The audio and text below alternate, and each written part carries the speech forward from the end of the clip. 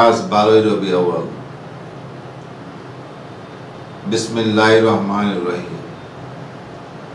আলহামদুলিল্লাহি রাব্বিল আলামিন ওয়াসসালাতু ওয়াসসালামু আলা আশরাফিল আমবিয়াইল মুরসালিন ওয়া আলা আলিহি ওয়াসহাবিহি আজমাইন।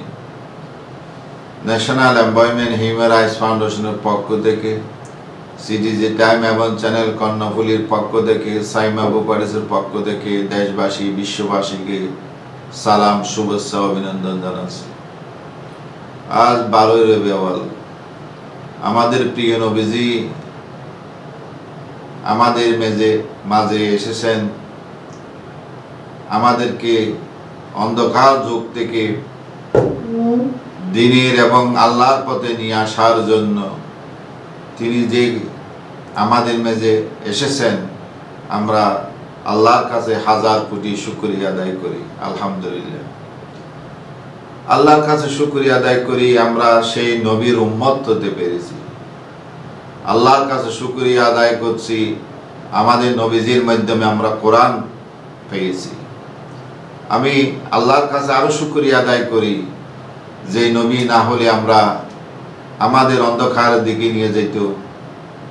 আমরা পৃথিবীর 800 কোটি মানুষের মধ্যে আল্লাহ রসুলের যে আনুগত্য করতেছে না প্রায় 700 কোটির মতো মানুষ। আমরা 200 কোটি মতো মানুষ আল্লাহ রব্বুল আলামিন আল্লাহ রসুলের দেওয়া বিধান মতে চলার জন্য চেষ্টা করি। অনেকে আবার সেই দেশগুলি আছে আল্লাহর কোরআনের যেভাবে আদেশ নিষেধ ছিল সেগুলি মানতেছে না। যদিও আমরা রসুলের উম্মত দাবি করি, রসুল এসেছেন আমাদের মধ্যে আমাদেরকে পথ দেখানোর জন্য। যে পথটা দেখা গেছেন সেটা হলো কোরআন এবং সুন্নাহর পথ। আজ আমরা কোরআন সুন্নাহর পথ বাদ দিয়ে নিজের মন গড়া পথ দিয়ে চলি। আমরা মসজিদে অনেক সূরা নাজিল হয়েছে আমাদেরকে শিক্ষা দেওয়ার জন্য। আমরা ইয়াকা নাবুদু ওয়া ইয়াকা নাস্তাইন, আমরা আল্লাহর কাছে সাহায্য চাচ্ছি, কিন্তু বাস্তবে আমরা পালন করতেছি না। রসুল আমাদেরকে বিবাহ শাদী থেকে দুনিয়ায় এবং আখিরাতের যতটুকু জীবন যাপন করার জন্য যতটুকু জ্ঞান দরকার সবকিছু আমাদেরকে শিক্ষা দিয়ে গেছে। আমাদেরকে কিভাবে চলতে হবে, কিভাবে ঘুম যেতে হবে, কিভাবে পেশাব পায়খানা করতে হবে, কিভাবে বিবাহ শাদী হবে, কিভাবে দেশ পরিচালনা করবে, কিভাবে দেশের অবকাঠামো তৈরি করবে, কিভাবে মানুষকে শান্তিতে দিবে এবং দুনিয়ায় শান্তি আখিরাতে মুক্তি দিবে, সব পথ আমাদেরকে দেখিয়ে গেছেন। আমরা সেই পথকে বাদ দিয়ে রসুল কিসের তৈরি সেটা নিয়ে আমরা আলোচনা করি। আমি বলে থাকি রসুল কিসের তৈরি এটা চিন্তা না করে রসুল আল্লাহ রব্বুল আলামিন যে কিছু দিয়ে বানাইয়াছেন সেটাই আমরা কি করব, আমরা আল্লাহ রসুলের আল্লাহর উপর ছাড়ি দেব।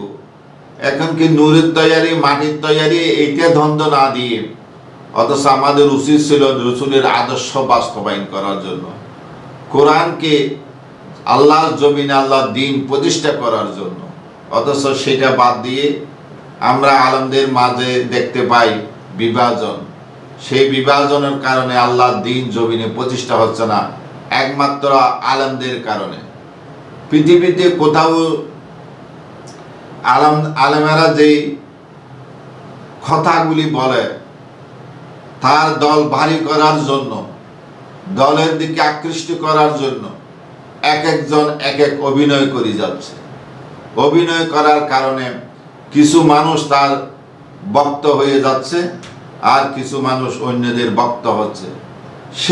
সেই কাজটুকু করতে পেরেছে এবং মানুষের থেকে অর্থ করে নিয়ে বিলাসবহুলভাবে চলতে পারতেছে।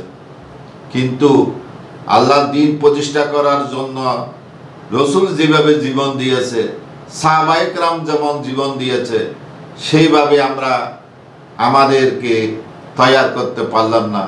আমি দুঃখ প্রকাশ করতেছি, কারণ আলেমদের উচিত ছিল আল্লাহর দিন প্রতিষ্ঠা করার জন্য একটি ডাক দেওয়া। সেই ডাকটা আল্লাহর জমিনে আল্লাহর দিন কায়েম করতে হবে। অথচ সেটা বাদ দিয়ে তারা নিজেদের মন গড়া কথাবার্তা, কে নুরুর তৈয়ারি, কে মাটির তৈয়ারি, এটা নিয়ে দ্বন্দ্ব, কেউ হাজি, কেউ সুন্নি, কেউ শিয়া, কেউ অমুক, সেই সমুক। এই মুসলমানদের মধ্যে যে 72 ফেরকার থেকে আমি মনে করি আর বেশি ফেরকা এই যে মুসলমানদের মধ্যে আছে, অথচ আমরা অন্যান্য ধর্মাবলম্বীর মধ্যে এতটুকু ফেরকা দেখতে পাই না। তারা আল্লাহ রসুলকে মানতেছে না, এটুকু।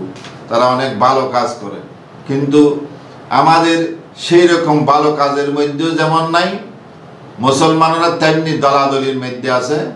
নামাজ তো অনেকেই পড়েই না, যে নামাজ না হইলে দুনিয়ায় এবং আখেরাত দুটোটা শেষ, সেই নামাজটুকু আমরা পড়ি না।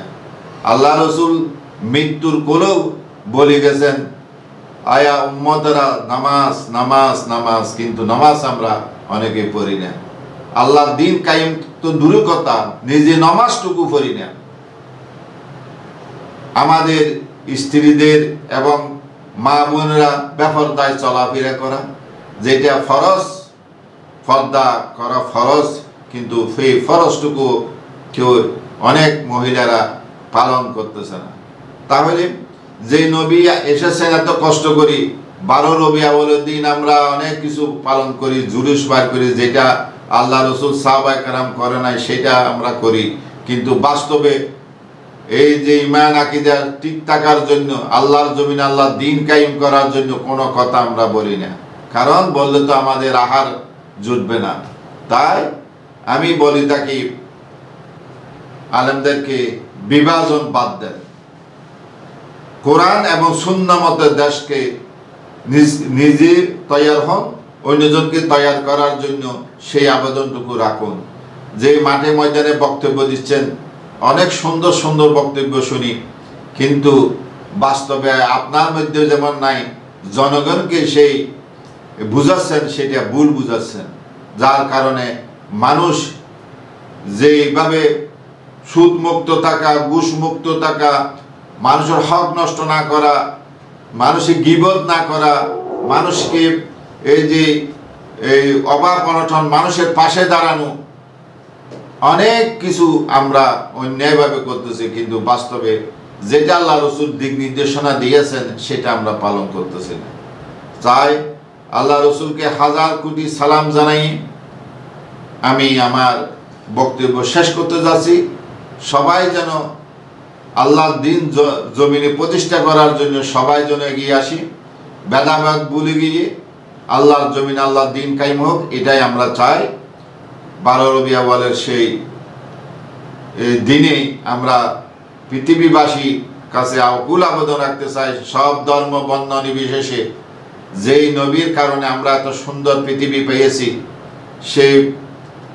সেই পৃথিবীতে আমরা সব কিছু ভোগ করতেছি, আল্লাহর জমিনে আল্লাহর দিন কায়েমের জন্য এবং রসুলের আনুগত্য করার জন্য উদাত্ত আহ্বান জানাই আমার বক্তব্য এখানে শেষ করলাম। আল্লাহ হাফেজ। ওয়া মা তৌফিক ইল্লা বিল্লাহ।